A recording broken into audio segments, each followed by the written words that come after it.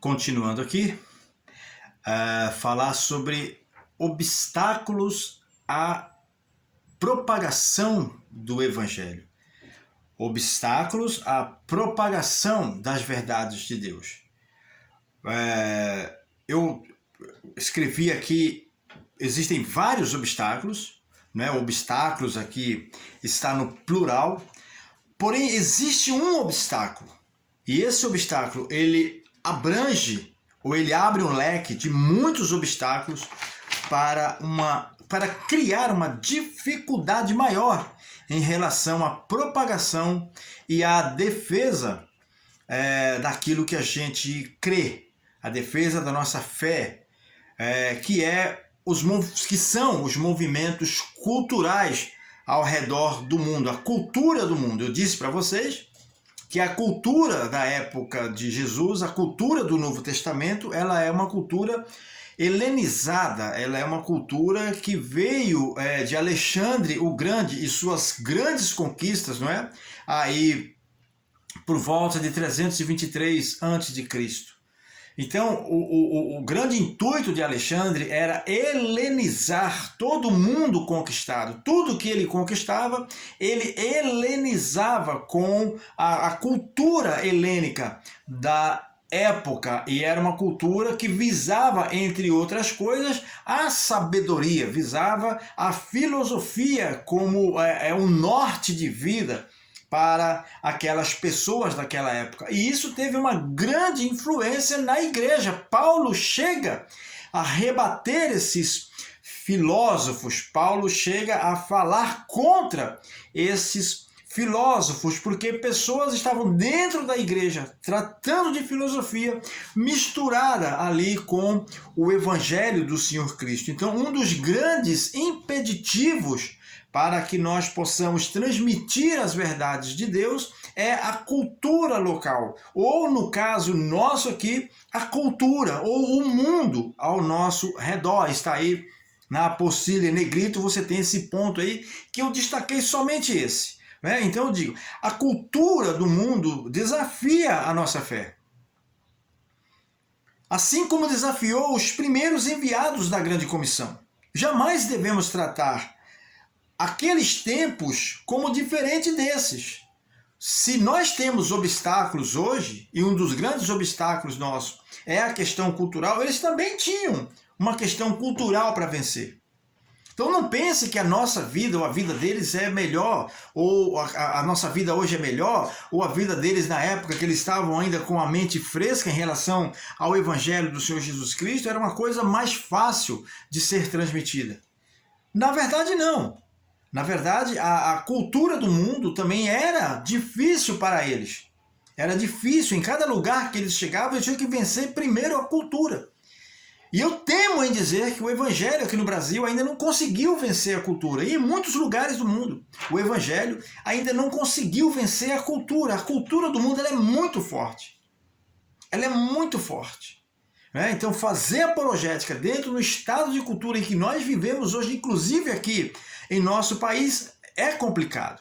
Então, você tem que ter aí discernimento espiritual, tá? Você tem que ter muita bagagem, não digo bagagem bíblica, mas você tem que ter uma bagagem de soluções, uma gama de soluções e saber a hora de você entrar. Muitas vezes, nós precisamos administrar essa nossa entrada na vida de uma outra pessoa para poder transmitir as verdades de Cristo a ela. Tem muita gente se precipitando nessa questão e acaba, ao invés de trazer a pessoa para dentro do Evangelho, acaba expulsando essa pessoa, né, do centro ali que aquela pessoa estava buscando se conhecer e conhecer a razão aí da nossa esperança, como diz lá em Timóteo, né? Nós vamos ler esse texto daqui a pouco. Mas Jesus também teve dificuldades nessa época. Se nós estamos falando dos discípulos, estamos falando de nós, da nossa contemporaneidade, né? Estamos falando dos tempos contemporâneos agora, nós temos que pensar nos discípulos, na cultura helenizada que eles tinham naquela época. Não é? A cultura helenizada que se espalhou pelos quatro cantos da terra. E Jesus teve uma dificuldade com um certo doutor da lei. O próprio Jesus, está aí na apostila, acompanha comigo, ele se depara com um desses obstáculos quando se encontra com um homem religioso que não entendia a mensagem do reino. Ele não entendia, Nicodemos não entendia a mensagem do reino. Nicodemos não tinha certeza do que estava ouvindo acerca do reino de Deus. Porém, Jesus o fez perceber. Jesus, ele principalmente tocava nessa concepção das pessoas, né? Das pessoas raciocinarem. Pense! Né? O crente precisa pensar. Então, Nicodemos, Jesus Cristo põe Nicodemos para pensar. Nicodemos foi para casa para pensar. Né? Ele foi para pensar.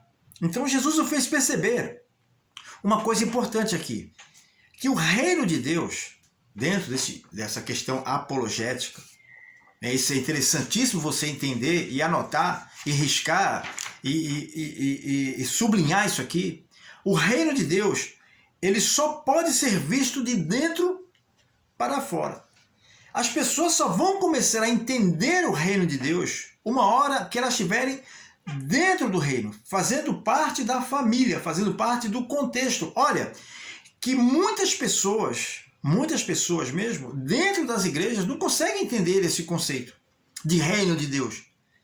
Tem muita gente dentro das igrejas que passam anos e anos e anos e não conseguem entender esse conceito de reino de Deus. Então isso é uma dificuldade que Jesus teve com Nicodemos. Foi uma dificuldade, né? Porque Nicodemos entendia tudo pela razão humana, entendia tudo pela psique humana, entendia tudo pela racionalidade. E espiritualmente, ainda que ele fosse um chefe de uma das sinagogas, ainda que ele fosse um mestre da lei, ele não compreendia essas coisas espirituais, ele não entendia essa questão do novo nascimento, não entendia essas questões de reino. Então Jesus disse, olha, você só pode ver o reino, a pessoa só pode compreender o reino de Deus se ela estiver do lado de dentro. Enquanto ela está do lado de fora, ela não consegue compreender. Paulo diz que é loucura, é uma loucura tentar entender o reino de Deus, a pessoa estando do lado de fora. É loucura para os que perecem. O reino de Deus, as coisas de Deus, né? O evangelho é loucura para os que perecem. Para quem está do lado de fora, para quem não está incluso lá em João capítulo 3, versículo 16, que ainda não reconheceu, né, esse amor de Deus e não se rendeu a esse amor de Deus, é muito complicado entender o reino aqui de fora. Então nós, eu, você, nós, apologetas desse século, somos essas ferramentas. Nós somos essas ferramentas. E ferramenta na mão do Senhor, ela tem que ser, ela tem que saber ser manejada. Nós precisamos desse manejo, nós precisamos saber ser manejados e temos que também manejar com muita destreza aquilo que o Senhor colocou em nossas mãos. Deus colocou uma ferramenta em nossas mãos, a palavra de Deus. Então, quando você maneja a palavra com sabedoria, explicando detalhes e termos com sabedoria, com mansidão, com paciência, é óbvio que as pessoas elas vão entender, elas vão compreender, não é? Aí você confere depois ali em João capítulo 19, do 38 ao 42, né? Quando José de Arimateia vai até a questão ali dos romanos, né? da cúpula, pedir o corpo de Jesus, é entregue a José de Arimateia para que o corpo seja enterrado. E quem é que está com José de Arimateia? João capítulo 19, do versículo 38 ao 42. Quem é que está com José de Arimateia? Quem é que investe 100 libras do seu dinheiro para comprar perfumes e óleos para ungir o corpo de Jesus? É o próprio Nicodemos. Então ele foi para casa, né, com essa palavra no coração. O reino de Deus só pode ser visto de dentro para fora. É necessário nascer da água e do Espírito para entender as coisas de Deus. E é esse processo de transmissão, com essa excelência de detalhes, que nós temos que passar para as pessoas. Nós temos que passar essa mensagem para as pessoas com essa excelência de detalhes. Definição de apologia. Eu vou citar aqui Agostinho de Hipona. Teve uma dificuldade com a palavra trindade e a gente vai trabalhar aqui a partir de palavras que são de difícil compreensão, né? Difíceis termos que são colocados para nós, e nós temos que estudar esses termos ao fio da Sagrada Escritura. Passo uma citação de Agostinho de Hipona, 354 a 430 da Era Comum. Um dos maiores teólogos da igreja. Hipona destaca-se como intérprete da Bíblia, pregador e expositor da graça de Deus. Uma das maiores contribuições para o avanço da teologia foi a série de reflexões que fez sobre a Trindade, está aí na sua apostila. Como sabemos, essa doutrina, a doutrina da Trindade, sempre foi e sempre levantará, ou sempre levanta muitos questionamentos. Pai, Filho e Espírito Santo. Pai, Filho e Espírito Santo. É uma questão que levanta muitas questões, ainda nos dias de hoje, muitos debates acalorados acerca da Trindade Santa, né? Deus Pai, Deus Filho e Deus Espírito Santo, né? Agostinho tinha dificuldades pessoais no que se refere ao termo três pessoas. Então ele tinha uma dificuldade muito grande, né? Sendo um só Deus, como é que podem ser três pessoas? Ou três pessoas, né, igual a um Deus. Então ele tinha dificuldade em relacionar três pessoas igual a um Deus. Por que levantava ele? Por que indagava ele, né? Os cristãos usaram a palavra pessoa nesse caso. Né? Então ele tinha dificuldade no que se referia a três pessoas igual a um Deus. E o termo, ele diz aqui que o termo não ajudava em nada. Ou seja, o termo pessoa. Então ele deu uma sugestão que deveria ser mudado o termo de pessoa para qualquer outra palavra, porque pessoa indicava um ser pessoal. Eu sou uma pessoa, você é uma pessoa, nós somos duas pessoas. Eu sou uma pessoa, se aí do outro lado estiver me ouvindo agora nesse estudo que a gente está gravando aqui, tiver 15 pessoas, eu mais 15 pessoas são 16 pessoas. 16 pessoas, uma pessoa. Então, Agostinho de Hipona, ele não entendeu muito bem essa questão. Ele achou que a palavra pessoa não caiu bem, não foi uma boa palavra. Lembra que eu falei dos copistas? Lembra que eu falei de que eles pegavam expressões, palavras, transliteravam e depois transmitiam essas palavras para a sua língua materna, e a palavra ela acabava, de uma certa forma, ficando ali, não vou dizer subentendida, mas ela era encaixada ali porque não se tinha, não se conhecia, ou não se propuseram a indicar um termo melhor. Então, o que acontece com Agostinho de Hipona é a mesma coisa que acontece nos dias de hoje. Debates acalorados, a questão das três pessoas igual um Deus. Né? O judeu tem muita... a questão da cultura judaica tem muita dificuldade em entender isso. Tirando aqui os cristãos messiânicos, né? Os judeus ortodoxos, eles têm muitas dificuldades de entender esse raciocínio que nós fazemos. Né? Eles acham que isso é uma forçação de barra, assim como Agostinho de Hipona não entendeu a palavra pessoa ser colocada aqui pela cultura evangélica, a cultura cristã. Então o termo não ajudava em nada. Ao fim, por não encontrar termo melhor, acaba se conformando com o termo em uso. Então o próprio Agostinho procurou um termo melhor. Mas não achando um termo melhor, se conforma, né? Ou deixa em conformidade ali a palavra pessoa, porque a palavra pessoa parece-nos, né? Menos dificultosa de entender do que qualquer outra palavra que fosse colocada aí, ou substituída a palavra pessoa por qualquer outra palavra. Assim, a dificuldade da apologética dentro do contexto da fé é a mesma coisa. Usar a palavra apologética. Lembra que eu expliquei que a apologética ela se abrange, ela ramifica, não é? Para várias áreas da sociedade. A apologética ela serve para tudo. Assim como a hermenêutica. Né? A hermenêutica ela não é só a hermenêutica bíblica. A gente, quando fala hermenêutica, a primeira coisa que a pessoa pensa é na palavra de Deus. Não, a hermenêutica é para tudo. Todos os conceitos de direito, existe a hermenêutica. Existe a hermenêutica. Jesus Cristo, no caminho de Emaús, faz uma hermenêutica ali com os discípulos, os dois que estavam voltando, tristes para Emaús. Jesus Cristo faz uma questão ali de hermenêutica da palavra. E no final eles mesmos dizem, não ardia a palavra em nosso coração? não ardia quando ele falava, quando ele abria para nós as Escrituras? Tremendo, não é? Jesus Cristo fazendo hermenêutica com os discípulos. Então, Jesus Cristo também fez hermenêutica. Jesus Cristo também fez apologia.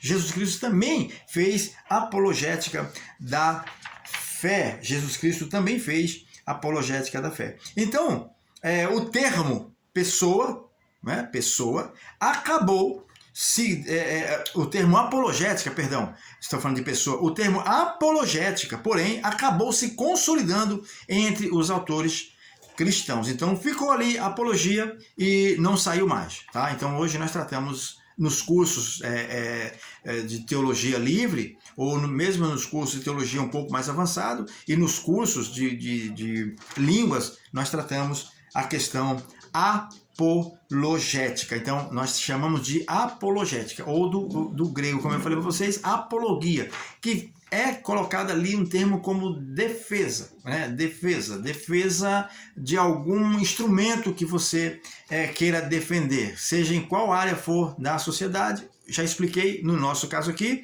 a Bíblia Sagrada, a nossa fé. Defendemos o Evangelho do Senhor Jesus Cristo puro e simples como ele é. Então, mais um tópico aí, apologética e a definição bíblica. Entre vários textos, há um que se destaca e está na primeira carta do apóstolo Pedro, capítulo 3, não é? Versículos 15 e 16. Primeira carta de Pedro, não é uma carta a Pedro, é uma carta de Pedro. Foi o próprio Pedro que escreveu essa carta. 15 e 16a, e é considerada a declaração clássica da importância da apologética. Então esse texto ali de 1 Pedro, capítulo 3, versículo 15 e 16, ele é o texto que diríamos assim, o texto base da questão da defesa da fé, tanto para nós como foi para eles nas épocas em que eles usaram a apologética, mesmo sem o termo estar sendo colocado como para nós. E para vários autores cristãos, né, a maioria deles é aceito nos dias de hoje. Então é provável que Pedro tenha escrito a primeira epístola entre 62 e 64 depois de Cristo, é óbvio, né? Ele a escreveu na Babilônia. 1 Pedro capítulo 5, versículo 13, depois você confirma aí, tá? Tem ali um pedacinho que ele fala que estava na Babilônia, provavelmente uma referência simbólica a Roma. Antes, o texto é esse, né? Santifiquem Cristo como Senhor no coração, estejam sempre preparados para responder, ou seja, entre aspas, num parênteses aí, né? Você vai ver uma forma estendida aí, fazer apologia a qualquer que lhes pedir a razão da esperança que há em vós. Contudo, aqui vem o segredo. Eu acho que aqui, dentro desse módulo que nós estamos tratando de apologia, e para todos os outros módulos, para todos os módulos que você vai fazer, o segredo está nesse finalzinho aqui. Contudo, vocês já sabem de tudo isso aqui. Façam apologia. Preguem a razão da vossa fé, a razão da vossa esperança, a razão da vossa confiança. Por que eu sirvo a Cristo? Por que eu sigo Deus? Por que eu vou numa igreja? Por que eu leio a Bíblia todo dia? Por que eu oro? Por que eu faço jejum? Por que eu sou essa pessoa diferente entre vocês todos aqui? Qual é a sua diferença? Você responde isso com mansidão. Mansidão. Você já viu que eu sou um cara manso, né? Deu a perceber. Então, são exercícios de introspecção que nós temos que fazer, não é? Antes de nós sermos confrontados. Porque muitas vezes a gente acha que está sendo confrontado e é para o mal, e não é. Muitas vezes a pessoa quer saber a razão da nossa esperança. Então façam isso com mansidão, respeito, conservando a boa consciência. Então está escrito aqui, é também um texto aí da Nova Versão Internacional, fazer apologia, isto é, oferecer uma defesa consistente da fé que há em vós, que há em nós. E isso deve ser feito com toda a mansidão. Então, essa pequena palavra aí, né, responder a qualquer que lhe pedir razão, há um parênteses aí, fazer apologia, e depois eu venho explicando aqui embaixo, fazer apologia, isto é, oferecer uma defesa consistente, com base, né? Uma defesa consistente da fé que há em vós, que há em mim, que há em você, que há em nós. E isso deve ser feito com toda a mansidão. Quando eu falei que eu sou um cara manso, eu sou meio estourado assim para falar dessas coisas de Deus, mas estou aprendendo. A gente está aprendendo, né? Mas acaba entrando. As pessoas acabam entendendo, porque isso vai depender muito do nível de convivência que você tem, né? Então, para cada grupo, uma forma de você tratar diferente. Graças a Deus, eu com esse meu jeitinho assim, muitas vezes elétrico, né? Eu não digo nem falta de mansidão, mas eu digo mais elétrico aí do que muitos outros que transmitem essas mensagens, essa palavra. Talvez você também seja essa pessoa elétrica, assim como eu sou, né, ligado no 220, e às vezes parece que dá uma percepção de que a gente está querendo já se livrar da pessoa, e não é, mas muitas vezes a gente senta com a pessoa e mostra na Bíblia ali. Tem que ter essa razão, você tem que ter essa percepção de ser racional na hora que você vai tratar dos assuntos. Seja você uma pessoa mais calma, seja você uma pessoa mais elétrica. A mansidão, ela cabe nos dois sentidos, né? Ela cabe nos dois grupos aí. Tanto uma pessoa elétrica como uma pessoa mais concentrada, mais centrada. Então, a gente vai trabalhando esses termos e Deus, graças a Ele, Ele vai nos ajudando, nos auxiliando a transpor essas dificuldades que nós muitas vezes temos de transmitir a palavra. Por quê? Porque não é fácil. Verdadeiramente não é uma tarefa das mais fáceis, é uma tarefa que exige muita disposição e outra coisa que exige é disponibilidade. Então, no termo apologética, a defesa da fé, esteja sempre disponível para Deus. A gente já volta aí para a terceira parte da nossa aula. Amém, queridos?